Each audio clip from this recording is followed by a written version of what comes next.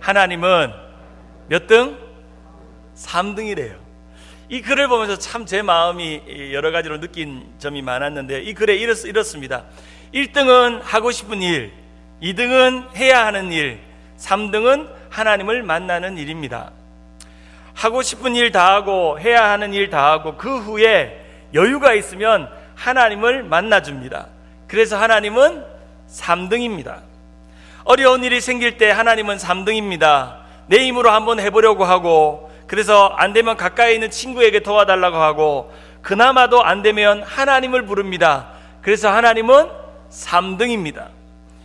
거리에도 3등입니다. 내가 가장 가까이 있는 것은 내 자신이고, 그 다음은 내 마음을 알아주는 사람이고, 그제서야 저 멀리 하늘에 계신 하나님입니다. 그래서 하나님은 3등입니다.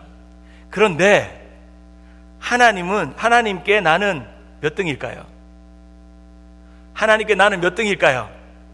하나님께 나는 1등입니다.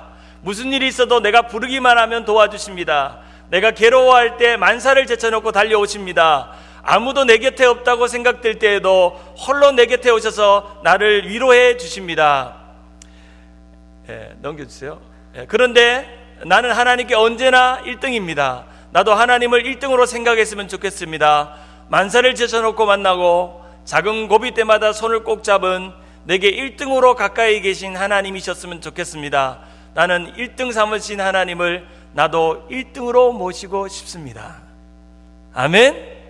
이 글을 여러분 아마 읽어보신 분도 계실 거라고 생각하는데요, 제가 이 글을 여러분의 카톡으로 다 보내드릴게요. 보내주셔서 보여주시는데, 사랑하는 여러분, 하나님께 예배드리고 있는 이 시간, 하나님은 여러분에게 몇 등입니까? 1등입니까? 2등입니까? 3등입니까? 여러분의 매일의 삶에서 하나님은 몇 등입니까? 1등입니까? 2등입니까? 3등입니까? 하나님께서는 여러분을 1등으로 여기고, 여러분을 제일로 여기고 여러분에게 필요할 때마다 찾아오시는데, 도대체 여러분은 하나님을 생각할 때 여러분의 인생의 순위 중에 몇 등에 들어갈 수 있을까요? 한번 옆에 분에게 한번 물어보세요. 혹시 하나님이 몇 등이세요? 한번 물어보세요. 시작. 혹시 하나님이 몇 등이세요? 바라옵기는 이번 달 한 달 동안 하나님의 말씀을 여러분의 마음에 품고 삶에 심어서, 하나님이 여러분의 삶에 1등이라고, 하나님이 제일 좋다고, 하나님 말씀이 내 인생의 제일 1등이라고, 제일 먼저라고 고백하는 은혜가 있기를 축원합니다. 하나님을 1등으로 삼으려면 우리가 무엇을 해야 될지를 우리가 지금 계속 배우고 있죠. 바로 그 첫 번째의 일은 하나님의 말씀을 즐거워하고 하나님의 말씀을 사모하고 그 말씀대로 사는 것입니다. 하나님을 1등으로 삼는 사람의 첫 번째 태도는 매일 하루를 시작할 때 성경을 펴는 일에서부터 시작합니다. 무슨 중요한 일이나 어려운 일이나 힘든 일이 있을 때마다 자신의 마음에 매이지 않고 사람에게 묻지 않고 하나님 앞에 묻습니다. 성경을 펴서 오늘 하나님 나에게 뭐라고 말씀하시는지를 내가 듣습니다. 하나님이 몇 등이기 때문에? 1등이기 때문에. 우리는 시편 119편의 말씀이 아름다운 이 은혜의 레파토리 같은 이 말씀의 찬가를 우리가 듣고 있습니다. 하나의 성경이 얼마나 귀한가라는 것 주제로 176절이라는 구구절절의 운율을 따라 부르는, 마치 한 주제를 가지고 있는 다양한 변주곡을 연주하는 것 같은 느낌의 노래가 바로 119편의 노래입니다. 이 시편 119편은 시편 중에 시편이라고 말할 만큼 시편의 모든 것이 이 119편 한 장에, 그리고 179절에 다 담겨 있다고 해도 과언이 아닌 것이죠. 우리가 이 시편 119편을 읽으면 읽을수록, 이 노래를 부르면 부를수록 우리가 얼마나 하나님의 말씀을 사모하는 것이 우리에게 힘이고 우리에게 위로고 우리에게 얼마나 큰 든든함인지 우리가 깨닫고 묵상하게 되는 것입니다. 저는 가능하면요, 한 달에 한 번 또는 일주일에 한 번은 시편 119편을 읽으려고 합니다. 일부러라도 일주일에 월요일을 시작할 때 아침에 묵상하는 성경이 시편 119편이 되기를 원하고, 한 달을 시작할 때 첫 주가 시편 119편이 되기를 원하고, 1년 365일을 지나는 동안 그 중간중간에 새로운 일들을 결정하고 시작하고 새로운 일들이 계획될 때마다 하나님의 말씀인 시편 119편을 마치 119처럼, 비상전화번호 119를 전화 거는 것처럼, 911이 아니라 119를 거는 것처럼 하나님의 말씀을 펴서 성경의 119인 시편 119편을 읽으려고 합니다. 바로 없기는 우리 교회 성도들이 다른 성경도 참 많이 읽으시지만 한 달에 한 번, 일주일에 한 번은 119편을 한번 읽어보세요. 여러분에게 놀라운 일들이 일어날 것입니다. 여러분의 마음이 회복될 것이고, 힘이 생기게 될 것이고, 위로를 얻게 될 것이고, 삶의 소망이 생길 것이고, 아자아자 가자 하며 자신감이 생기게 될 것이고, 119편은 그런 능력이 있는 말씀입니다. 또 열심을 내시는 분이라면 가능하면 시편 119편에 최소한의 12구절을 외웠으면 좋겠습니다. 저는 이번 한 달 동안 이 시편 119편의 12구절 중에 긴 구절 말고 제일 짧은 구절만 택해서 외워보려고 합니다. 한번 머릿속에 이 구절들을 택해서 외워보려고 합니다. 암송하기는 쉽지 않지만 그 중에 마음에 와닿는 12구절을 뽑아서 한 달에 하나씩 외우기 시작하는 거, 일주일에 하나씩 외우기 시작하는 거. 오늘 본문에 보면 119편 11절에 이런 말씀이 있습니다. 우리 같이 한번 읽어볼까요? 119편 11절 시작. 내가 주께 범죄하지 아니하려 하여 주의 말씀을 내 마음에 두었나이다. 여기서 이 주의 말씀을 내 마음에 두었다라는 말에 이 번역을 원문에 바꿔서 번역하면 제가 당신께 하나님께 죄를 짓지 않으려고 제 마음에 당신의 말씀을 간직했습니다. 이 말은 세이빙 해두었습니다. Store up, 내 마음에 숨겨두어서 저장해 두었습니다. 내 마음의 세이빙 어카운트에 하나님의 말씀이 들어있습니다 라고 말하고 있는 것입니다. 이 말씀이 내 안에 있는 숨은 죄들을 몰아내고 외부에서 완악한 죄들이 내 마음에 스며올 때마다 이 마음에 있는 하나님의 말씀이 있기 때문에 더 이상 비집고 들어올 틈이 없다는 것입니다. 그리고 시편 119편 15절과 16절에 보면 우리 같이 한번 읽어볼까요? 15절 16절 시작. 내가 주의 법도들을 작은 소리로 읊조리며 주의 길들을 주의하여 주의 율례들을 즐거워하며 주의 말씀을 잊지 아니하리이다. 이 말씀은 여기서 주의 말씀, 법도를, 주의 말씀을 작은 소리로 읊조린다라는 말은 바로 묵상한다는 뜻입니다. 나는 주의 법을 묵상하며 주의 길을 따라가며 주의 율례를 즐거워하며 날마다 주의 말씀을 어떻게 한다고요? 잊지 않는다고요. 아멘? 주의 말씀을 잊지 않는다는 거예요. 이 시편 기자는 시편 19편을 노래하면서 나는 몸부림치며 주의 말씀을 잊지 않겠습니다. 주의 말씀은 나의 기쁨이며 나의 즐거움이며 나의 만족이기에 내가 어려움이 오고 고난이 오고 어려움이 오고 괴로움이 올 때마다 나는 내 마음 안에 세이빙 되어져 있는 주의 말씀을 꺼내어서 그것을 기억하고 잊지 않고 있습니다. 아멘. 오늘 본문에 또 재미난 표현이 있는데 70절에 보면 그들의 마음이 살이 쪄서 기름덩이 같으나 나는 주의 말씀을 즐거워하나이다 라고 말하고 있습니다. 여기서 살이 쪄서 기름덩이 같다는 말은 하나님의 말씀이 마음에 들어올 때 살이 쪄서 마치 비집고 들어올 것처럼 내 마음이 비집고 들어올 자리가 빈틈이 없는 것처럼 내 마음이 세상의 것들로 살쪄 있는데 그러나 주의 말씀이 내 마음에 세이빙 되어져서 비집고 들어와서 여러분의 마음에 비집고 들어와서 그 말씀이 여러분을 즐겁게 한다는 거예요. 아멘? 하나님 볼 때 여러분의 마음 안에 하나님의 말씀이 들어가 있는지 또 하나님의 말씀이 비집고 들어갈 자리가 있는지를 말씀하고 계신 것이죠. 세상살이 살면서 세상의 잡다한 고민과 염려와 걱정 속에서 완악한 생각과 죄악과 세상의 많은 근심 걱정이 내 마음에 가득가득 마치 그 마음이 그런 것들로 비대하게 살이 쪄서 하나님의 말씀이 비집고 들어갈 자리가 없는 상태가 있다는 겁니다. 사랑하는 여러분, 지금 오늘 주의 말씀을 듣고 계시죠? 이 말씀이 여러분 안에 들어오고 계세요?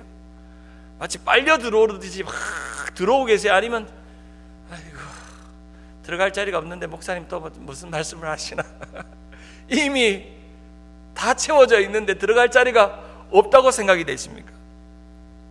여러분 어떠십니까? 혹시 여러분의 마음에 하나님의 말씀이 비집고 들어갈 틈이 없지는 않으신지요? 정말 여러분의 말씀이, 하나님의 말씀이 오늘도 여러분의 마음 안에 가득 채워지는 은혜가 있으신지요? 이런 말이 있어요. 더 많은 말씀을 마음에 비축할 때 더 많이 주님을 닮게 된다. 더 많은 말씀을 우리 마음 안에 비축할 때 더 많이 누구를 닮는다고요? 주님을 닮게 된다. 우리 안에 세이빙 되어져 있는 하나님의 말씀이 있는 것이죠. 여러분의 마음에 얼마나 하나님의 말씀이 저장되고 비축되어 있는지를 생각해 보세요. 여러분의 마음에 저장되어 있는 그 말씀이 여러분 안에 있는 죄악과 세상의 온갖 죄악과 유혹 속에서 견딜 수 있고 승리하고 여러분의 삶을 인도하고 있는지를 생각해 보세요.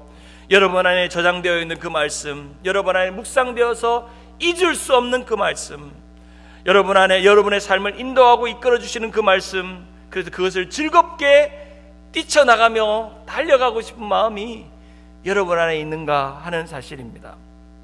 20세기에 강해설교의 제왕이라고 불리었던 설교의 단인이었던 캠벨 몰간이라는 목사님이 계십니다. 이 캠벨 몰간 목사님이 우리가 읽고 있는 시편 119편을 이렇게 말합니다. 이 시편 119편의 구절은 우리에게 최고의 책인 하나님의 말씀이 우리의 최고의 장소인 우리의 마음에, 우리가 이 세상에서 해야 할 최고의 모습인 주님께 범죄치 않는 최고의 방법을 가르쳐 주고 있다. 최고의 책, 최고의 장소, 최고의 모습, 최고의 방법을 시편 119편이 119, 이 번호가, 이 넘버가 우리에게 가르쳐주고 있다라고 말하는 것입니다. 우리는 우리 자신에게 한번 물어야 돼요. 나는 얼마나 주님의 말씀을 묵상하고 있는가? 나는 그것을 얼마나 많이 묵상해서 내 마음에 저장해 두어서 자주자주 기억해내고 잊지 않고 살고 있는가? 나는 얼마나 말씀대로 살고, 말씀대로 말씀이 나를 살리고, 말씀이 나를 세우고, 말씀대로 내가 순종하고 살고 있는가? 매일매일 하루하루 살아가는 동안 오늘도 나는 얼마나 말씀대로 살았는가? 아침에 출근해서 저녁 늦게 직장에서 피곤하고 비즈니스하고 피곤하게 왔는데 K타운에서 운전해서 집으로 돌아올 때, 집으로 돌아오는 차 안에서 오늘 내게 주신 하나님의 말씀은 뭐였지? 라고 물을 때 empty. 아무것도 없이 살았어요. 아무것도 세이빙된 게 없는 거예요.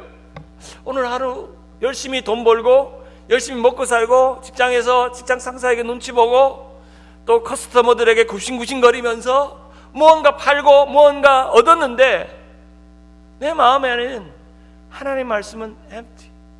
아무것도 없는 거예요. 오늘을 살아가는 나의 힘인 하나님의 말씀이 없는 거예요. 그냥 오늘도 장사 잘했다 하는 5불짜리, 10불짜리, 20불짜리 달러만 돈통에 가득 차 있는 겁니까? 아니면 정말 내 마음 안에 하나님의 말씀이 있는가 하는 질문입니다. 우리가 기억해야 할 것은 우리는 하나님 말씀을 읽고 묵상하기 시작할 때 우리는 하나님을 기억하기 시작합니다. 우리도 주님을 잊지 않고 기억하고 또 우리의 믿음은 끊임없이 하나님을 기억하는 것입니다. 하나님을 기억할 수 있는 유일한 방법, 그 방법은 한번 따라할까요? 오직 하나님의 말씀뿐입니다. 하나님의 말씀은 곧 하나님이시며 하나님의 얼굴이며 하나님의 음성입니다. 우리가 하나님을 보고 싶으면 성경을 펴야 됩니다. 우리가 하나님을 알고 싶으면 성경을 읽고 묵상해야 합니다. 하나님의 마음이 담겨있는 그 마음을 알고 싶으면 성경 속에서 하나님의 마음을 내 마음 안에 담아두어야 됩니다. 우리가 인생이 어려울수록 우리 삶이 마치 소모되는 것 같고 허무한 것 같고 삶을 살아도 우리가 끝까지 붙잡고 놓지 말아야 될 것은 바로 하나님의 말씀뿐입니다. 바로 우리의 믿음 생활은 끝까지 하나님의 말씀을 부여잡고 사는 거예요. 고난이 오고 어려움이 오고 모든 것을 다 잃어도 나는 주의 말씀을 붙잡고 살겠습니다 라고 하는 고백이 일어나는 것이죠. 하나님, 우리가 이 세상에서 대단한 성공과 사업을 잘하는 것을 원하실까요? 원하지 않을까요?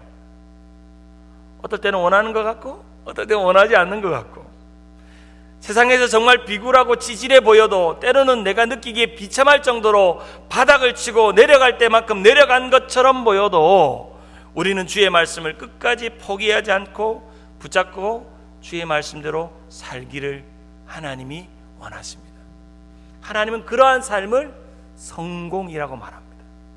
세상적인 성공은 비즈니스가 잘 되고 돈이 많이 벌려서 좋은 집 사고 좋은 차 사고 아이들에게 물려줄 돈이 있고 떵떵거리며 일 안 하고도 살 수 있는 것을 성공했다고 말하지만, 하나님의 원하시는 성공은 끝까지 어떤 순간에도 인생이 잘 될 때나 인생이 어려울 때나 어떨 때나, 몸이 건강할 때나 몸이 약할 때나 어떨 때나, 바닥을 칠 때나 아니면 하늘을 치솟을 때나 어떨 때나 끝까지 하나님 말씀 붙잡고 사는 것, 그것이 하나님이 보시기에 성공이며 위로입니다.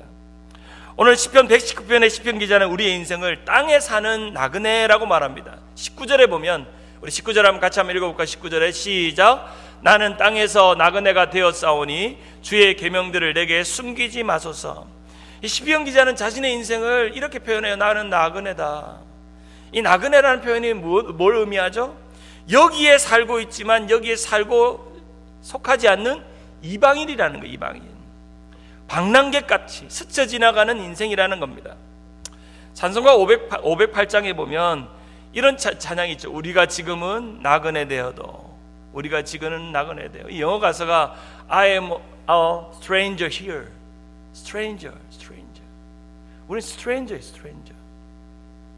이 영어 가사를 보면요, 찬송가는 사실은 영어 가사를 봐야 좀 더 확실하게 와요. 영어 가사에 보면 나는 이방인이라고 말하고, 나의 집은 멀리 있다고 말하고, 나는 여기 있지만 나의 왕 대신 하나님의 비즈니스를 하는 중이라고 말합니다. 우리가 지금은 나그네 되어도 화려한 천국에 멀잖아 가리니, 이 세상 있을 때 주 예수 위하여 끝까지 힘써 일하세. 주 내게 부탁하시니 천사도 흠모하겠네. 화목해 하라신 구주의 말씀을 온 세상 널리 전하세.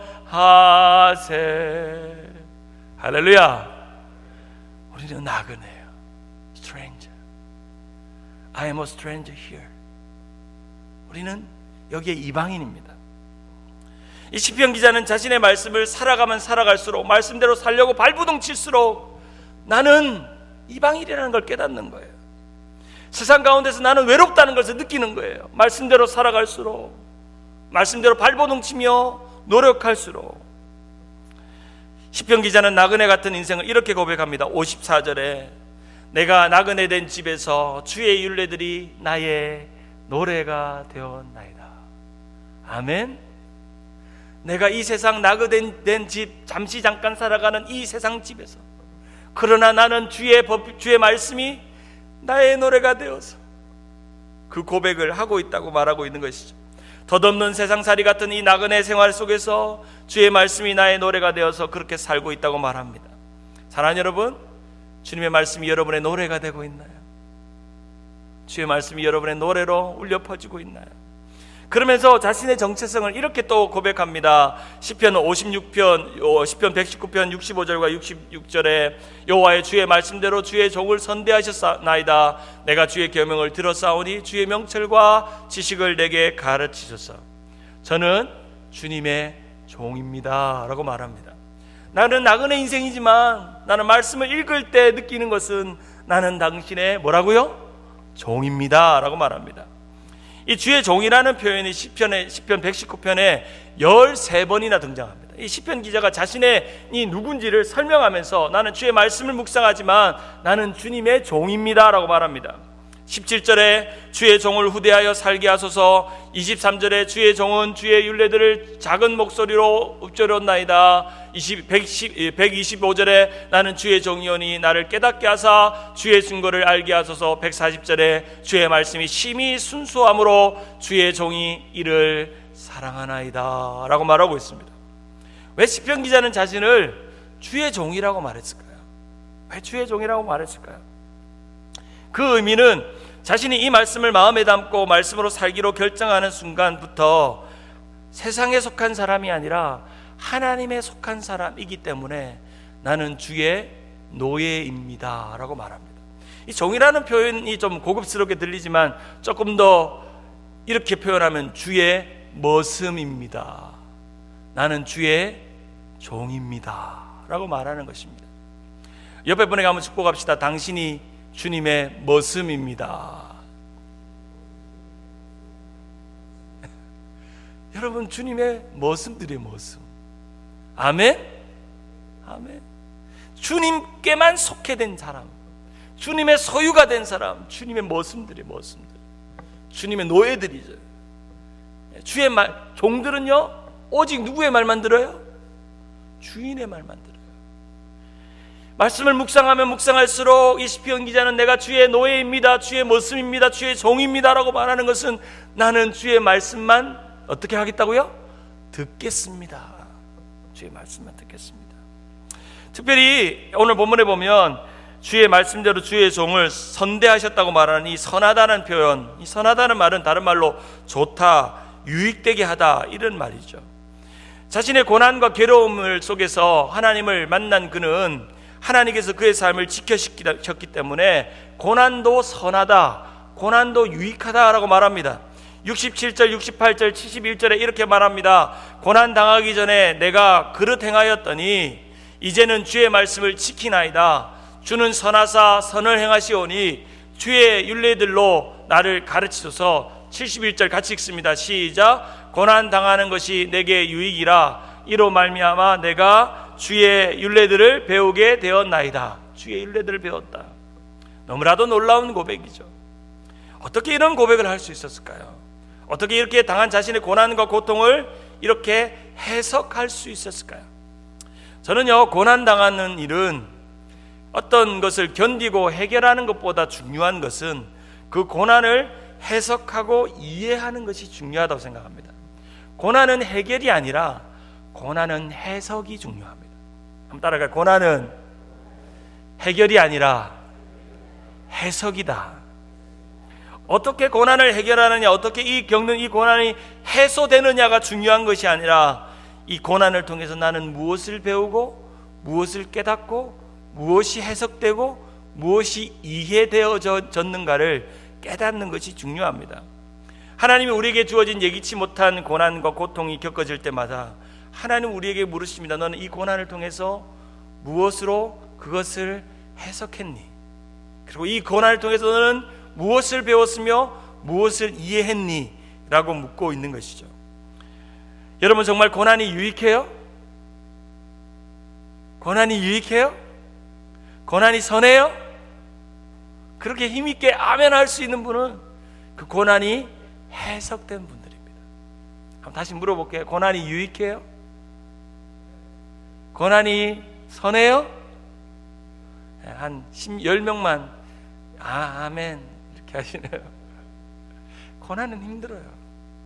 고난이 오면 자신 없어요. 지금은요 참 좋아서 고난이 없어 보이지만 고난이 갑자기 왔다고 생각해 보세요. 아프게 질병이 왔다고 생각해 보세요. 사업이 어려워졌다고 생각해 보세요. 집안에 누가 갑자기 사고를 당했다고 생각해 보세요. 고난은요 선할 수가 없어요. 고난은 유익할 수가 없어요. 그러나 시편 기자는 자신이 당한 이 고난이 주의 말씀이 나의 삶의 주인이 되어서 내가 주의 머슴이 된 사람에게는 그 고난조차도 내게 유익이라고 고백하고 있는 것입니다. 칼빈은 이런 말을 했어요. 칼빈은 하나님은 고난의 망치질로 완악한 우리를 부드럽게 하신다. 고난의 망치질로 우리를 부드럽게 하신다. 우리가 진짜인지 가짜인지를 드러내는 때는 바로 고난이 올 때예요. 고난을 어떻게 잘 해석하고 이해하고 그것을 통해서 무엇을 배우느냐가 그 사람의 믿음을 증명하고 신앙을 증명할 수 있는 것입니다. 제가 드리는 말씀이 여러분이 크게 아멘 했으면 좋겠습니다. 고난 중에 하나님의 말씀은 우리의 유일한 위로며 소망입니다. 고난을 통한 하나님의 말씀이 우리의 유일한 힘입니다. 우리는 고난 중에서 하나님 말씀이 내게 얼마나 큰 은혜인 줄을 알게 됩니다. 더 크게 우리는 고난을 통해서 하나님과 더 가까워지고 하나님께 순종하는 법을 배웁니다. 우리는 고난을 통해서 비로소 이 세상에 속한 사람이 아니라는 것을 알게 됩니다. 마지막으로 더 크게 하셔야 돼요. 우리가 고난당할 때 하나님의 말씀에 매달리고 그 말씀으로 기도하게 되고 결국엔 나의 삶의 고난을 통한 하나님의 말씀이 나의 노래가 되는 것을 경험하게 됩니다. 그런 은혜가 여러분 가운데 있기를 바랍니다. 말씀을 맺습니다. 미국의 한 시골 동네에 필립 폴 블리스라는 소년이 있었습니다. 이 필립은 어려서부터 채소 장사로 생활비를 벌었습니다. 하루는 채소 장사를 하다가 집집마다 채소를 막 파는데 어느 집에서 아름다운 피아노 소리가 들리는 겁니다. 보니까 어떤 예부장한 한 소녀가 피아노를 치고 있어서 그 창가에서 그 아이를 바라보며 그 음악을 듣고 있었는데 갑자기 그 여자아이가 피아노를 치다가 말고 문을 팍 열더니 나가! Get out of here! 이 더러운 맨발아, 어디 맨발을 신고 여기 왔냐라고 그 아이를, 필립을 쫓아낸 것입니다. 참 어려웠죠. 어려운 불우한 가정에 살았던 이 필립은 목재공장에서 목재공장 내에서도 일하고 농사일을 하고 피곤한 일을 지나는 동안 그래도 그의 부모가 이 아이를 신앙으로 키웠습니다. 그는 12살에 주님을 만났죠. 그리고 19살에 어려운 환경 속에서 그가 좋아하는 그토록 창가에서 들었던 그 피아노를 배우기 시작했습니다. 주님을 인격적으로 만나고 그 놀라운 피아노의 재능이 나타나면서 그 재능을 알아보았던 세계적인 복음 전도자였던 무디 선생님이 그를 불러서 함께 집회마다 찬양을 인도하는 일을 맡겼습니다. 그러다가 이제 집회를 앞두고 가족들과 함께 시카고 열차를 타고 시카고로 가는 중에 갑자기 다리가 무너져서 불의의 철도 사고로, 이 사진을 보이죠? 이 철도 사고로 자신과 가족과 자녀들을 한 번에 다 잃고 안타까운 죽음을 맞게 됩니다. 이 사건이 미국 역사 안에도 기록되어 있는 에시테블라 사건인데요. 필립이 열차에 오르기 전에 출판사 사장에게 새로운 찬송 한 곡을 지어달라고 부탁을 받았습니다. 그때 지었던 찬송이 뭐냐면 찬송가 200장 달고 오묘한 그 말씀. 이 찬양의 2절의 가사 보면 이런 가사가 있어요. 귀한 주님의 말씀은 내 노래 되도다. 귀한 주님의 말씀은 내 노래 되도다. 모든 사람을 살리는 생명의 말씀을 값도 없이 받아 생명길로 가네. 아름답고 귀한 말씀 생명샘이로다. 아름답고 귀한 말씀 생명샘이로다. 귀한 주님의 말씀은 내 노래 되도다. 모든 사람을 살리는 생명의 말씀은, 이런 찬양을 불렀던 필립의 아름다운 생애가 우리가 주일학교 때마다 성경에 대한 노래를 부를 때마다 이 찬양을 부르죠. 사랑하는 여러분, 여러분의 삶에서 하나님의 말씀은 무엇입니까? 몇 등입니까? 여러분의 수많은 순위 중에서 하나님의 말씀은 몇 등입니까? 하나님 말씀이 여러분의 삶에 마음에 비집고 들어갈 틈이 있으신지요? 하나님 말씀이 여러분 안에 얼마나 많이 저장되어져 있고 그것이 노래로 바뀌어서 날마다 귀한 주님의 말씀은 내 노래 되도다. 그렇게 살아가는 우리 모두가 되기를 주님의 이름으로 축원합니다. 우리 다 같이 일어나셔서 이 찬양 함께 불렀으면 좋겠습니다. 네, 달고 오묘한 그 말씀